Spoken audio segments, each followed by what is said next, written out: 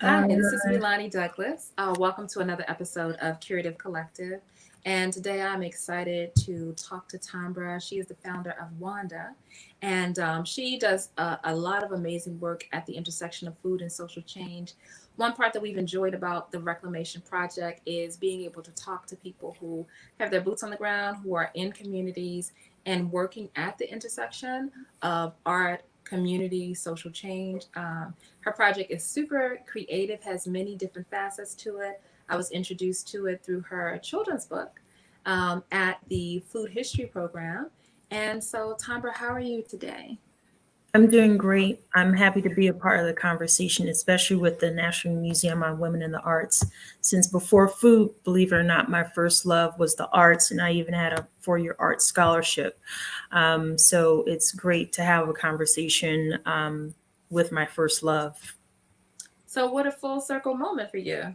most definitely. Yeah, that's awesome. And I think that the way that museums are changing into spaces that the conversation is expanding, where art is not only in the walls, we're also looking at the creativity that's in community for solving problems. And one major problem that you have been actively a part of is looking at food disparity. So tell us, first of all, about Wanda. Well, actually, you know what? Let's start with your journey. Let's start with how did you get to the space where you are doing the work that you're doing now? Wow, for me, as I said, for me, art was the first love and then food. And I got to embracing food from the science of it.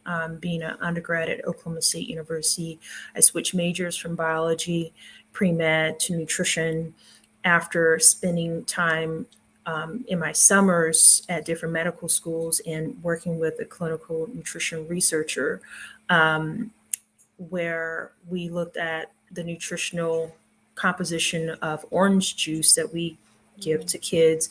And from that point, I was like, wow, this is a science. This isn't just like Betty Crocker and home economics, even though that's valuable too.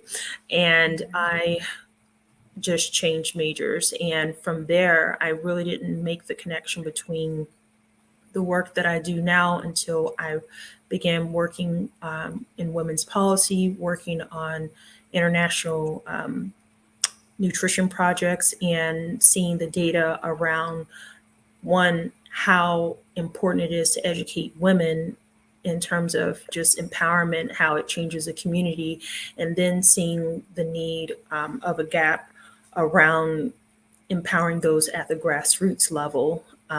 That there's a lot of attention at the grass tops level. And so I thought after dealing with the death of my dad and realizing life is short, not living with any regrets, how do I honor the things that I thought were not as valuable or a weakness being a tomboy, which was seeing that our womanhood has value. And for some who are feminists, it's just like, welcome to the sisterhood, I guess.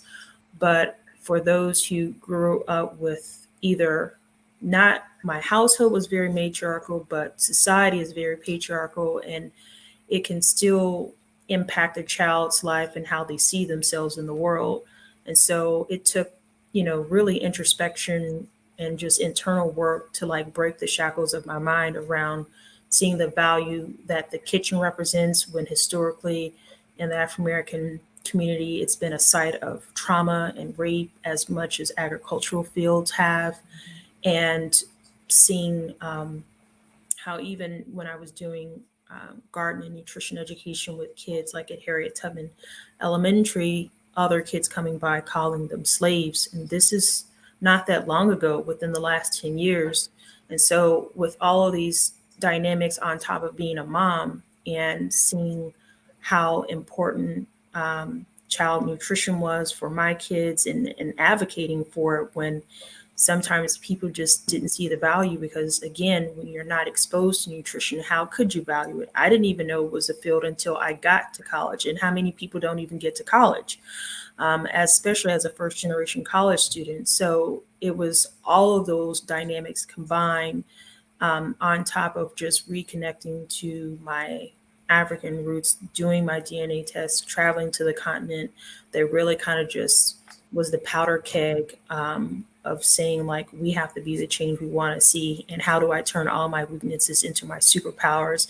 And that became Wanda, as not only a character, but as an organization and a call to action for women to see themselves as these fierce female food freedom fighters that we historically have not learned that are Georgia Gilmore, Karen Washington, Shariki Kumiyika, so many, Evelyn Creighton. I could go on and naming women who have been these hidden figures in the food system that we want to give praise and acknowledge and continue to build on that legacy and build that pipeline into being a better community and a better food system. I truly appreciate you being vulnerable and sharing your story about that return to the domestic space. I think a lot of times people can make judgments about why a young girl would choose or not identify that as a safe space, and how, particularly in this society, and especially in an urban environment, and actually not even just urban, femininity and choosing spaces that are defined as feminine, we have to be real about it. Like, they're not always the safest space to identify, right? And so, in a space of safety, protecting yourself, it's also kind of the things that you miss out. So I just applaud your journey and what it took, because that doesn't sound like an easy journey. It's easy to sum it up in 2 minutes, right, for our conversation, but that's not an easy journey. And so inside of that, I'm sure with the women that you work with in your community, you're also seeing women at different stages of your journey show up at your door. Can you tell us about that?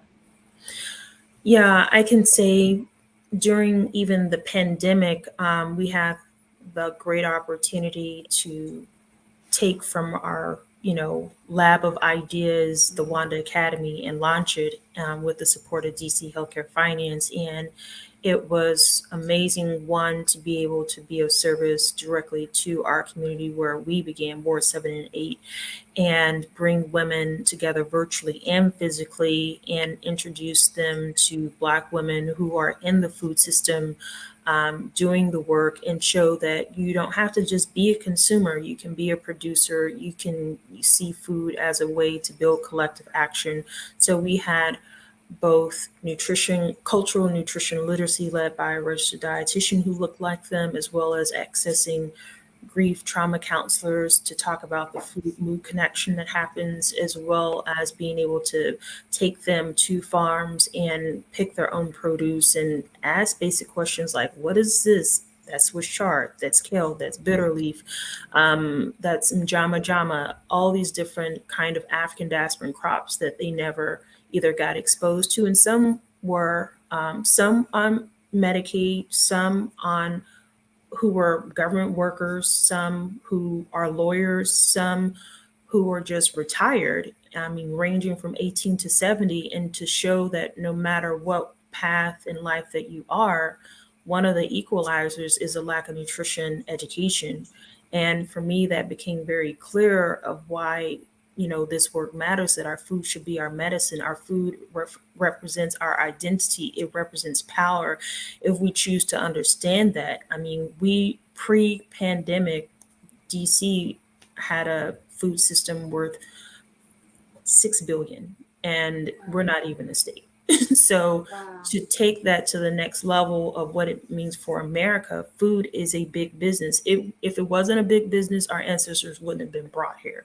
And so for us, we have to remember that more than 400 years ago, and what we teach within our academy is that history is so critical to understand how to change the counter narratives that women have used food to fight back oppression, and to be able to see it not just as an art, but as an opportunity to show resistance and resiliency at a time when those narratives are not told within our school system and to the wider public through media. And so, hence why we see the importance of creating our own media, highlighting Black women to counter those master narratives where we don't necessarily see ourselves in empowerment spaces. This is what you're saying is one of the main reasons that I feel is so important for organizations that are serving Black and people of color communities or led by Black and people of color, because the first thing you said was you identified the wide range of women that benefit from what you do. So this is not an organization that's coming and saying and telling who needs this service. You are letting the community inform who needs it. And also that you're reclaiming a narrative here about how we have used food as resistance. And because sometimes I feel like the narrative is spun as if we don't resist, but resistance inside of our communities looks different, right? And so to hear you talk about the resistance and how food can be that, but it's also, it sounds to me that it's not only resisting from oppression, but it's also creating environments that are thriving for us and returning to practices that make us thrive. So how has this work made you thrive as a person and fulfilled you? I mean, when you separate the administrative function and stick to the core of kind of like, why do you produce a child? You have to remember that the heart of it is about one, restoring our health collectively, as well as reclaiming our power through voice, through food, and ultimately understanding that when we return to our roots, we are standing on not only the shoulders but on the ground that our ancestors have plowed, have picked, have harvested and served and fed a nation. And for me, it's important to have those narratives for me, and to be able to write and blend my art of writing and being really a creative director through this process of Wanda, and even on our website, being able to guide the process around like, how do we want to visually show in these digital spaces when so many of us during the pandemic have been locked down. And so it has been a matter of showing us in a way that we are the queens and greens of goddesses. We are curating a space that reaffirms our identity and reclaiming like our ancestral path for me. And to be able to visually show that and bring women together in a photo shoot and do mixed media pieces in a way that demonstrate that, to me, I feel like it becomes hopefully a case study, a model for others to think about how we should represent ourselves. And part of it for me, when you think about food and Black people, it's been a poverty narrative, and especially when you think about Africa. And I hope with time and with so many people seeing digital resistance or digital alchemy, now that I'm a PhD student at American, studying about how power is being on display through these digital spaces. And so for me, it's how can food show up in these digital spaces about Black women and how they've been using, whether it's your Instagram, your Facebook, your WhatsApp, like all of these are other tools of advocacy and helping to change the narrative by showcasing your egusi, your fufu, your okra, your jollof, your zobo. Like no other mainstream media would give you a platform to do that. And so for me, that's the other part of the opportunity, is to be able to realize like we can really like change the system by leveraging these tools that have become, technically they're privatized, but we through digital alchemy democratize them and use them as form of resistance, and be able to show the world that has been really part of the underground process. And so that's why Harriet is my avatar, and being able to say, if the promised land looks like, Wanda before Wakanda, then how do we get there, and who's going to take us along the journey? And yes, there will be allies, because Village is so critical for Wanda to grow. And at the heart is to remember when so many times we are not always seeing that we have all ourselves to rely on, that we can rely on our sister, to me is a very important narrative in this, because we're sometimes being railroaded to believe that what is better for us is outside of us, it's outside of our communities, when actually inside of our communities, within our food system, within our sisterhood, we have all that we already need. So that's been another important mantra for Wanda, is to say, and say it with me, I am all I need is already within my food, within my culture, within my community, within me. I have all that I need. And that really speaks to even how the secular world has been designed. This is a spiritual warfare, and I see food as spirit too. And so if we are spiritual beings having human experiences, how does food become a reflection of that? And how do we use food to even honor ancestors? Even from African spirituality, you always like make a plate for the ancestors. You give to them, you give to Mami Wata, you give to Oshun. And so we forget all of this. This is what I mean about, just as art was never just art for the aesthetic in terms, but art was really part of ritual, and food is a part of ritual. And so for me, it's those pieces of history that gets lost that must be reaffirmed and reclaimed and be a part of the conversation. And it's so hard, but that is why, making space to do that very intentionally is like a driving force for me. And how we show up visually and digitally is just as much as important as physically as well. That I am so thrilled to hear you bring that into the conversation about spirituality, about our rituals, and the stories that go with it. One of the reasons that I even started Reclamation was about reclaiming the whole practice around food, and not excluding it from this thing that just happens at certain times a day because we're hungry or because we want something, right? That it is this comprehensive part. And so a one part of the online exhibition is not only to share recipes, but it's asking people to share family memories and stories, and preferably a family memory or story that is from your great grandmother, to go back at least one or two generations, as far back as you can, and tell that food story. Tell the story that was passed down to you. What did it include? And in our database, people are including songs, they're including pictures, they're including the first moment that they remember smelling something. And but I love the part of even including the ritual tied to spirituality, right? And I am reaching out to some communities, making sure that happens as well. And so I want to, on a spiritual level, how that affirms you, but then how feeding the ancestors, but also feeding your community, how that even is also something that affirms you. Have you seen women in your community or women that are working with you to achieve this goal? Because your what you've created is not just about, oh, I'm doing this for these women. This is collaborative. This is bringing people to the table that are growing you as much as you are growing the situation. Mm-hmm. So, to speak to that, we, thinking we were slowly coming out of the pandemic, did our first kind of like social distance outdoor event for Juneteenth, which happened to become a federal holiday in 2021.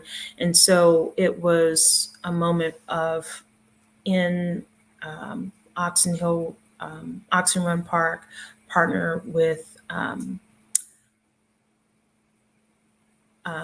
DC Greens to be able to bring other organizations and residents together to be able to, one, have this theme of sisterhood supper and to serve self-care, and to bring the griot, a Black woman who's a storyteller, 20 years of experience, to bring, the Black woman who brings her voice to nourish the soul, Chulamide to bring the DJ.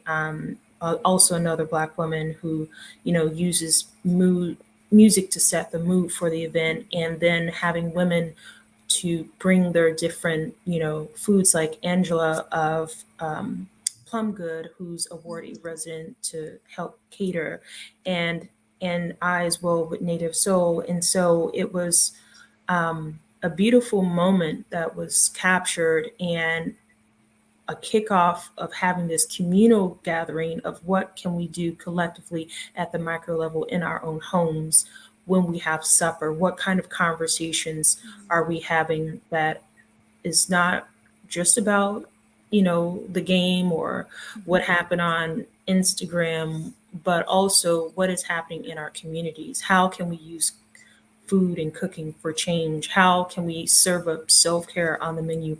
How are you serving yourself, sis? And the thought is, when we do that, so many times we eat, but we're still hungry, or we're still in a room of people, but we still feel alone.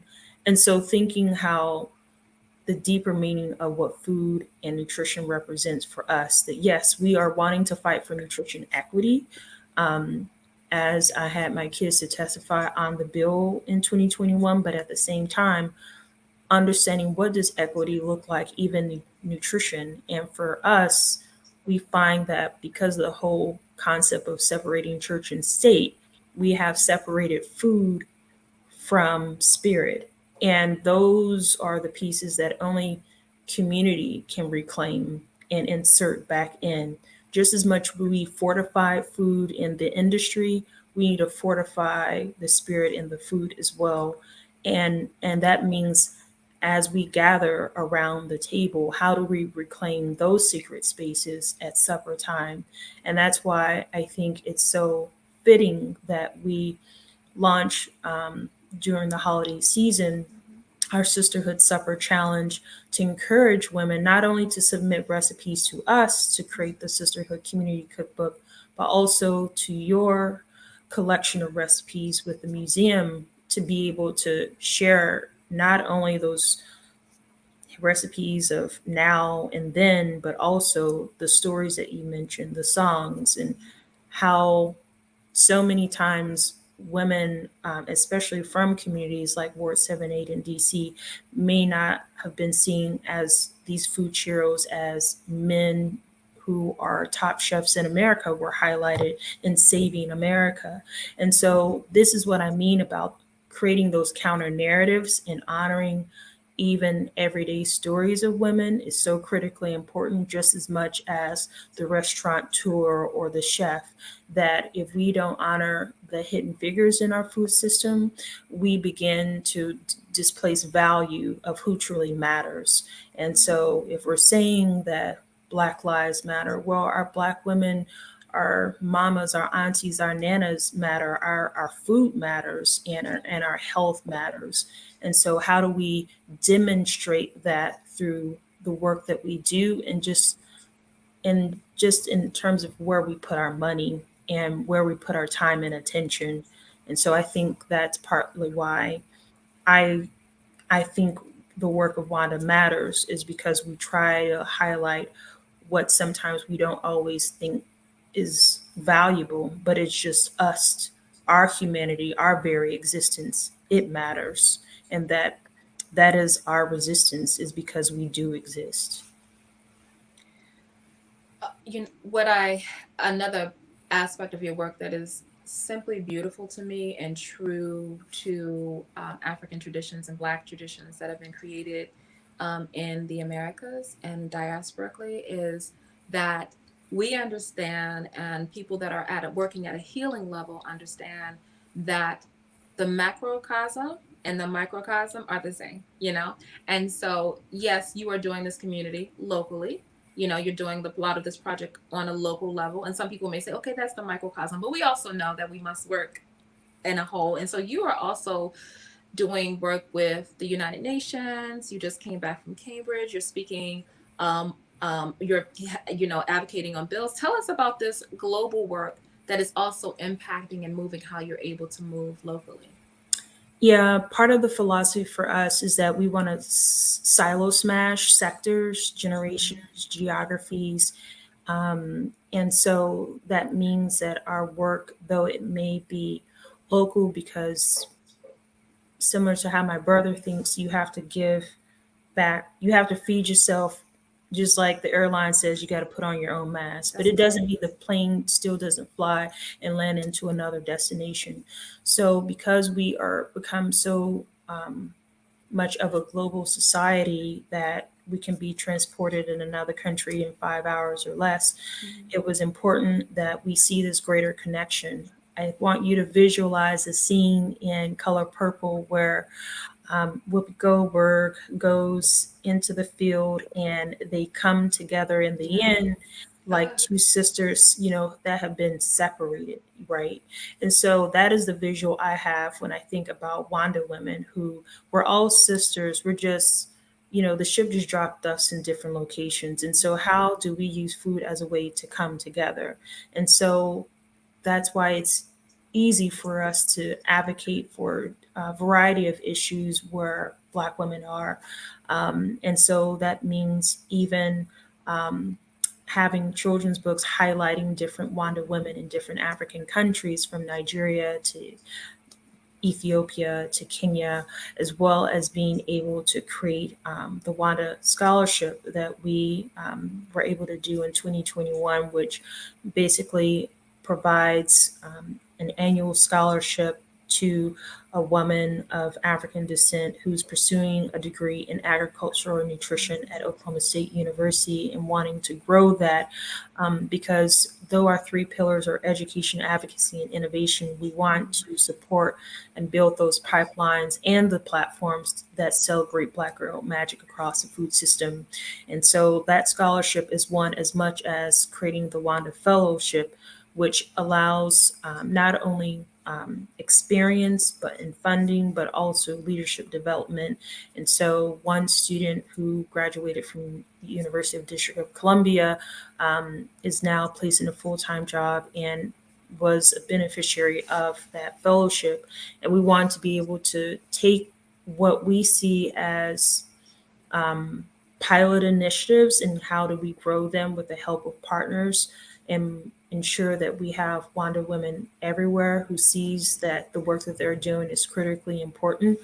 Um, and also, the Wanda Academy is one of those opportunities to make that connection no matter where you are. You have this digital platform that you connect. So, we want to be able to see that um, we have a digital sisterhood that is safe, supportive, and of service. And ultimately, that is how we can grow and encourage more food Cheetos. Because you may not have wanted a career starting off in food, but once you were exposed to all these other dynamic women making a difference in food, you say, well, why not me? Why not now? I too want to be a Wanda woman. I love that. And anyone who we can all see where to find iamwanda.org. Please notice the org at the end. It means that you can provide support in a lot of ways for this organization. And I'm sure that if you look at the website, it's beautiful. It is easy to navigate. It's actually fun. I've had a good time looking at it.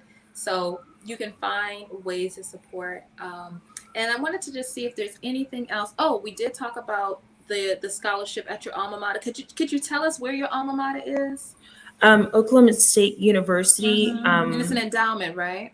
Yes, it's an Okay. endowment that was brought together through the OSU Foundation, the College Mhm. of Agriculture, and the College of, um, they changed the name. It used to be, well, now it's Education and Human Sciences, but it's where the Department of Nutrition is housed. And so at the time, I was the only African American student when I was in nutrition, and the numbers are quite dismal. It's 2.7% or less in the That's like country. the art world. Yeah, that are Black in nutrition. And Wow. so for me, we know that the numbers for medicine is 5 times that, and there's support. And now there's even a requirement well, they're putting place a requirement to have your master's, which we know creates financial hardship. And a study was run that it's only $1 an hour difference between the bachelor's and the master's. So these are the kind of challenges of why I call the food system, well, nutrition in particular, being the last plantation, and we have to detox the racism out of nutrition.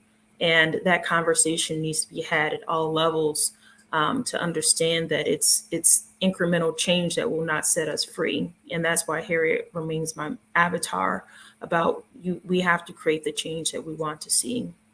Otherwise, it won't happen. And so for those who are fired up, ready to go and see the need to make a change, one, how it all began for me is not wanting to be on the sidelines, not wanting to have any regrets, wanting to believing in this idea of social entrepreneurship and understanding that um, we have to be the change. And so, yes, you can start your own organization. You can have a fiscal sponsor to begin the work incrementally. But the idea of, why your story matters, why you may want to be a part of a collective, to see why collective action matters. Because when you think about women like Mary McLeod Bethune and how she spoke at the UN on behalf of women and girls, and how she organized women and having chapters across the country, you get heard when you're able to move people to act. And that's something for me. It's how can we use the kitchen table to move people to act? We know that Doogie Chase down in New Orleans, who I had a chance to visit years ago, um, those were sites, these Black restaurants, of organization and advocacy when segregation didn't allow Black women to gather in different locations, and civil rights leaders like Dr. King. And so I think there's something to say that even Georgia Gilmore, another Black woman, we highlight how she used food during the movement down South to help feed the civil rights movement. There's so many different countless stories of Black women have used food as a way to advocate, organize, and serve the movements. And we continue to move, and we continue to need Black women in food and see their value, and don't outsource something that's so sacred and such a liberating tool as food is. It can be weaponized, as we've seen it in the food system, but we can now make the choice to liberate it as well. And that's And what we did, Wanda. let us not forget that, and correct me if I'm wrong, but Harriet Tubman sold root beer and baked Exactly. goods. That's why she's That's why, highlighted. that's why she's highlighted, right? That's why she's on this necklace right here. That's why she's highlighted. And sometimes that's not a part of the narrative, Yep. that we have done liberatory practices all the time, all the way, in all spaces, regardless of our proximity to what some people define as freedom. That we have done that any process of liberation for us has always benefited other people. That when and I think and that's a tenet of womanism, that when the people on the fringes are taken care of, then everybody is okay. Everybody gets to be taken care of. Mhm. So I applaud you for uplifting those stories, that from the beginning of whoever we've been, that yes, food has been a part of it. Food has been a part of our commerce, a part of funding, in supporting us. I mean, we could go on and on. I mean, that could be a whole book in itself of how Mhm. food has funded revolution. And that may be something that we need to discuss, but that has to be, a part of the narrative. So I applaud you for doing that. Please make sure that you uplift this organization, that you look into this work, and that as you submit a recipe to reclamation, that you also look at our Curative Collective page and look at the people and the work that they're doing, because we want to move people from art into inspiration. I think you said something so similar. You said to move people from, what did you say? Um, to something, to movement, something to action, from something. I said inspiration to action, but you Mhm. said something, and when we review it, we'll see. Exactly. we'll, Rewind. we'll rewind it and see. But this is an organization that is taking people from the table, from the gardens, in community, and uplifting ourselves and uplifting other people as we go. So, Tambra, it is a pleasure to talk to you, to be connected to you. And I look forward to continuously watching and actually coming to visit and bringing my daughter to be a part of what you're creating as well. So thank you. Thank you so much. So it sounds like you will be hosting a sisterhood supper if you're in Oh, Ward 7 or 8. I am in Ward 8 and I will Wonderful. happily host a sisterhood supper. So be Yes, like Melanie, everyone. I will commit to it. It is done. So please join me in hosting a sisterhood supper wherever you are. And what do we have to do? So we have to bring sisters together, cook some Bring food, bring some sisters food. together, set the Yeah. menu, collect the Okay. recipes, and get them to Let's submit. do it. Let's do it. So we're submitting to, is it a Wanda. hashtag? Okay, so Yeah, we're going it'll be at Mhm. iamwanda.org/sisterhood Okay. supper. So we'll All have right. the So slash application. sister supper. We're gonna put some recipes in your database. We're And gonna then in your database. and the reclamation database. And we're gonna, if you hashtag sisterhood supper and you submit something to reclamation, I'm gonna make sure y'all get it so that people Exactly. can see. And actually, I'll reach out to a few people and see if they mind if we share the recipes that they've That would donated be to us. awesome. Oh yeah, I will definitely do that. I'll ask the artists that have donated recipes if they would be willing, if I can share Yeah, and theirs. anyone that submitted photos and artwork, Oh like yeah. all of it, that would be Okay. awesome. Let's do it. Let's do it. So we'll talk more about that. But Tambra, you will see more of her because she is, now that she is on your radar, and she's probably already been on your radar. But if not, look forward to seeing more of the work that she's doing at a local and a global level, and a purifying example of taking art and inspiration into action. And stay tuned. Thank you, Tambra. Thank you. Have a blessed day. You too.